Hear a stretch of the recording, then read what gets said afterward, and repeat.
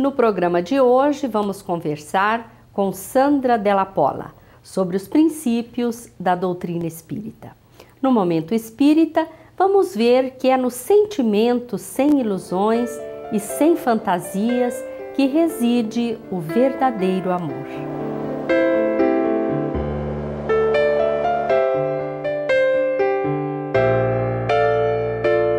Olá! Este ano o Espiritismo está comemorando seu Sesc Centenário. Há 150 anos foi publicada a primeira obra espírita, O Livro dos Espíritos.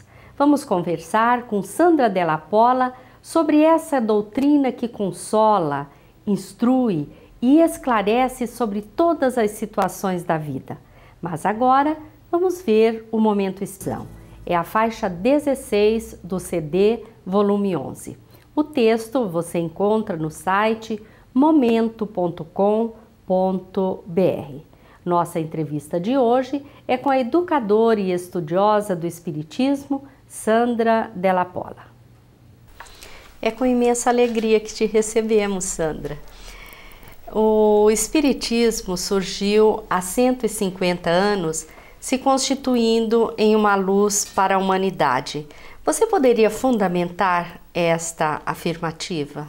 Indiscutivelmente, a realidade dos nossos dias comprova a faculdade positiva trazida pela doutrina espírita para toda a humanidade. Mas essa matéria não passou despercebida ao codificador já por ocasião da elaboração da obra básica de O Livro dos Espíritos.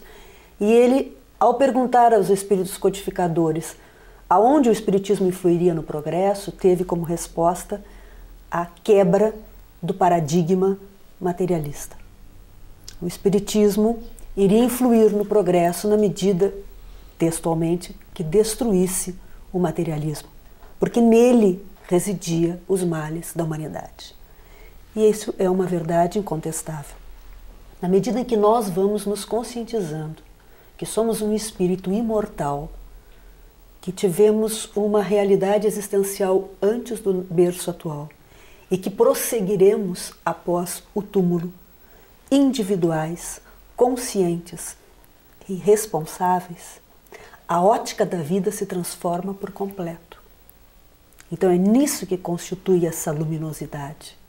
Em a criatura humana estar diante de si, das suas circunstâncias, das suas escolhas, das suas opções e encontrar força para tomá-las em benefício da felicidade real, que é não comprometer o seu daqui a pouco. É a criatura humana dar-se conta das inúmeras possibilidades interiores que ela tem de ser realmente humana, porque é filha, é criatura de um Criador na excelência do amor, que gera potencialidades relativas de amor.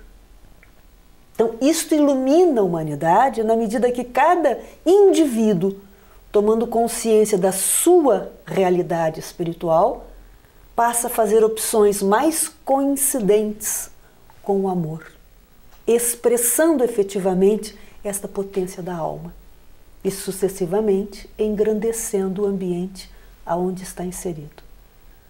O livro antecipou essa afirmativa e nossos dias têm comprovado isso, porque cada um de nós que fomos conhecendo nos nossos estudos o quanto fizemos já de reforma em nosso dia a dia. É evidente que há muito ainda a ser feito, sem dúvida alguma. Sempre haverá, né?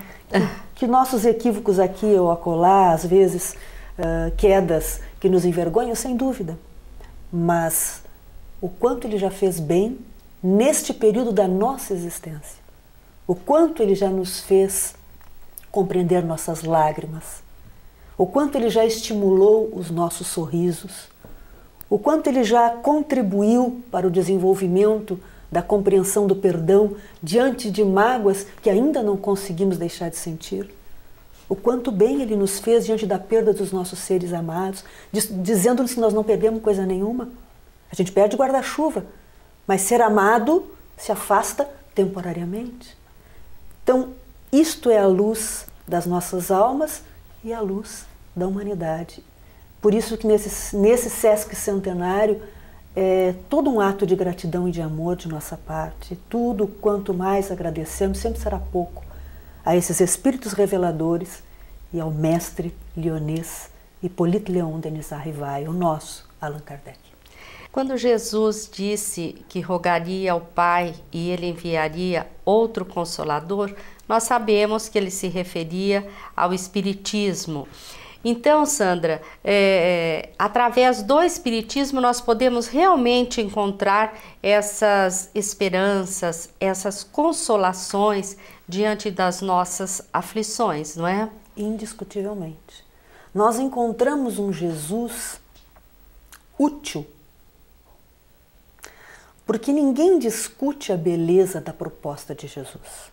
A não ser algum desequilíbrio eventual do nosso psiquismo, nós vamos dizer que a melhor opção para o mundo seria a violência.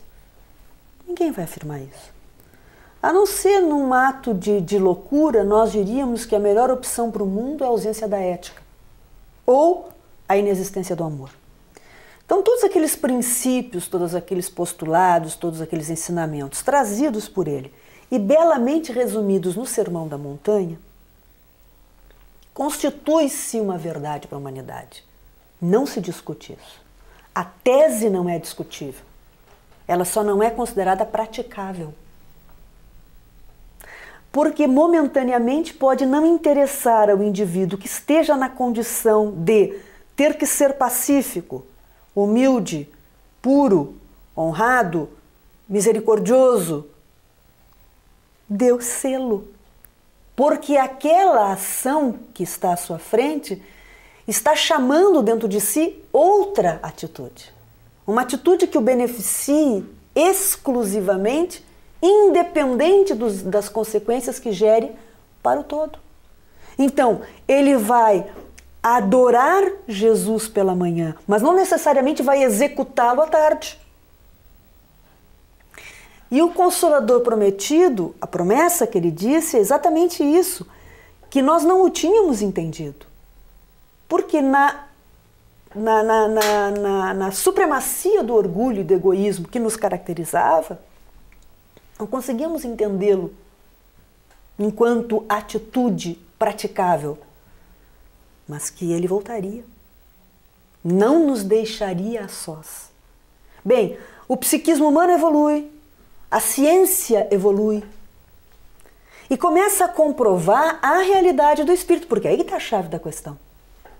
Allan Kardec faz essa análise belamente no Evangelho, segundo o Espiritismo, nos primeiros capítulos, quando ele diz que a base da tese de Jesus e do Espiritismo é a vida futura. A base da tese de Jesus é essa reciprocidade do retorno do processo reencarnatório. Então, Jesus agora passa a ser não só um poeta, um cantor das belezas que me emociona e me leva às lágrimas, mas que daqui a pouco eu não consigo realizar com a minha família, ou no meu emprego ou na sociedade. Agora ele passa a ser um homem, modelo e guia, que veio ensinar a lei que me governa e que é meu interesse cumpri-la. E que é isso que fez o Espiritismo. Porque o Espiritismo me mostrou um Jesus cujos ensinamentos são não do interesse geral, claro, ele se torna do interesse geral, mas antes de tudo do meu interesse individual, porque eu sou responsável por aquilo que eu cativo. Então, sim, é o Consolador prometido. E graças a Deus que ele nos ama a tal ponto que, não obstante ter encarnado na Terra e transcorrido toda uma passagem conosco e poderia considerar cumprido o seu trabalho, é um professor tão excelente que mesmo diante de um aluno tão renitente, ele volta através do Espiritismo para nos dar ainda mais esta oportunidade. Sandra, diante dessas colocações, nós nos lembramos dos questionamentos que os telespectadores fazem através de e-mail e nós respondemos. E uma curiosidade muito grande é acerca da reencarnação. né? A questão, se nós é que decidimos quando vamos reencarnar com relação à programação reencarnatória, se nós programamos todas as situações que nós vamos vivenciar na Terra. É interessante o questionamento dos nossos companheiros. Evidentemente que quando se fala em programação, mesmo se nós considerarmos um projeto qualquer na nossa vida diária, não haveria como tu prever cada detalhamento, né? E ainda, mesmo que fosse possível, não haveria utilidade, porque inibiria a possibilidade de tu desenvolver potências de improvisação. Não improvisação no sentido pejorativo da palavra, improvisação no sentido de como tu vai reagir diante de uma novidade. Porque isso também é o desenvolvimento de uma potência, o equilíbrio. Então, se todas as situações de um projeto elas estão absolutamente alinhavadas, por um lado é ideal, mas por outro nos traz, enquanto desenvolvimento de potências internas, algum prejuízo, alguma defasagem. Então, o que são programados, sim, são circunstâncias gerais. Porque o interesse da programação é possibilitar a expressão da lei de causa e efeito, que vigorará para mim reencarnante no sentido de responsabilizar-me diante das escolhas produzidas, e esta responsabilização visa atingir um outro propósito, que é o desenvolvimento de potências que eu as tenho ainda adormecida. Por isso que eu fiz a atitude equivocada, porque a potência estava adormecida. Então, retorna a situação semelhante, para que então o aluno, quem sabe, dê um salto de qualidade, né? Então, as situações, sim, são as mais graves, as mais, digamos assim, as mais contundentes, podem ser programadas, mas os detalhamentos assim entendidos como outras filosofias, que vem o destino nos mínimos detalhes, então você faz isso, não, isso não teria sentido dentro do processo reencarnatório. E evidentemente, cada um de nós tem a programação que se faz compatível com as nossas necessidades. Então, alguns terão programações onde vão intervir opinando, e outros de nós terão reencarnações onde alguém mais qualificado fará essas escolhas. Nada diferente das nossas relações na Terra. Conforme o aluno tem mais condições, o professor lhe abre maior possibilidade de interferir no próprio currículo, nas próprias relações diárias de sala de aula. Conforme o aluno é mais imaturo, é necessário que alguém tome as decisões por ele. Sandra, por conta desses acidentes aéreos que têm nos comovido tanto, as pessoas perguntam se, de acordo com o Espiritismo, as vítimas teriam que morrer daquela forma. Bem, antes de nós tratarmos propriamente da questão em nível espiritual, porque é claro que não existe efeito sem causa, é preciso que deixemos claro que o Espiritismo não tem por objeto inibir, coibir a ação material das responsabilizações, da busca da verdade, em termos de como melhorar circunstâncias para que fatos semelhantes não se repitam. Quando nós falarmos agora em relação às necessidades de experiências daqueles nossos irmãos, não se está dizendo que era necessário que tivessem sido descumpridas algumas questões humanas, onde o homem poderia ter interferido, impedido que aquela circunstância ocorresse. Então o Espiritismo, ele explica a lei divina, mas a lei divina não necessita, para que ela se execute, que algum de nós se torne infrator. É necessário que o escândalo venha, escândalo aqui entendido como experiência. Seria talvez necessário que aqueles nossos irmãos vivenciassem uma experiência em termos de violência. Mas não há necessidade alguma de que alguém se torne instrumento dessa violência. Tanto que ele aditou, mas ai por quem o escândalo venha. Então, enquanto espíritas, nós estamos sim socialmente envolvidos na necessidade de encontrarmos as respostas e as responsabilizações. Porque uma das coisas que nos são ditas muitas vezes, vocês explicam tudo e são tão acomodados. Não, enquanto seres sociais, nós estamos igualmente preocupados, porque há necessidade da responsabilização a fim de que fenômenos idênticos não precisam vir a se repetir, ou se vierem a ter que se repetir em condições de previsão de maior risco, do potencial risco, e assim por diante, né? Mas, feita essa explicação, evidentemente que todos nós temos as experiências de que necessitamos. E as experiências de que necessitamos precisam ser vistas nesta visão das aprendizagens que vamos realizar.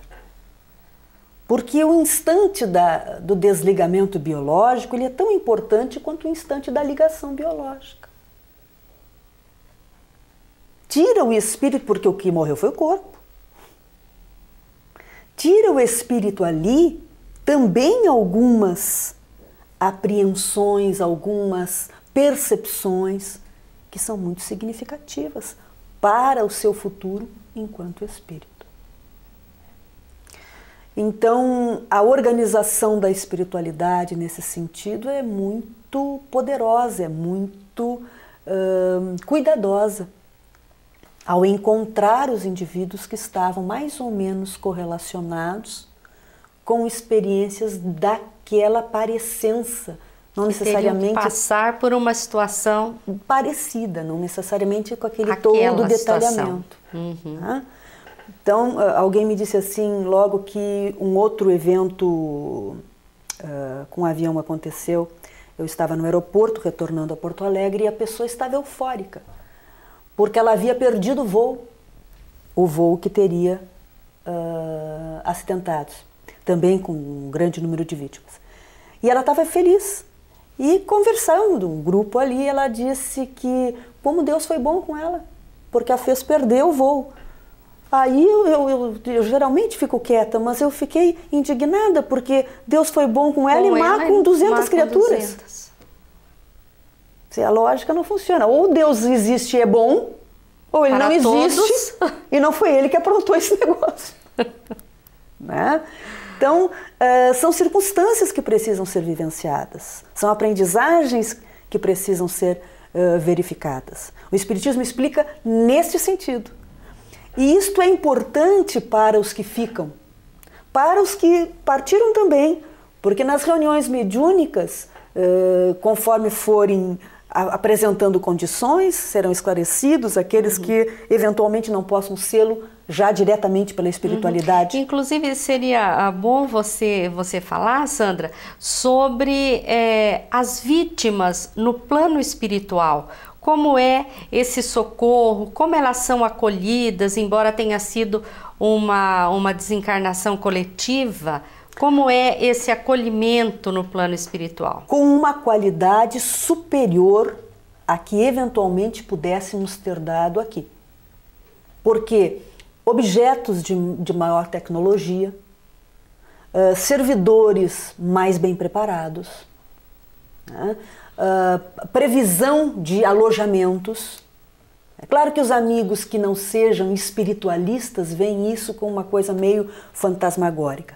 Mas vamos lembrar que a ciência está quebrando esses paradigmas da matéria. Vamos nos lembrar que a vida está mostrando uma interconectividade no universo. Vamos nos lembrar que a matéria deixou de ser aquele tabu do século XIX e quem só acredita naquilo que toca com os dedos, no mínimo está 100 anos atrasado em termos de ciência.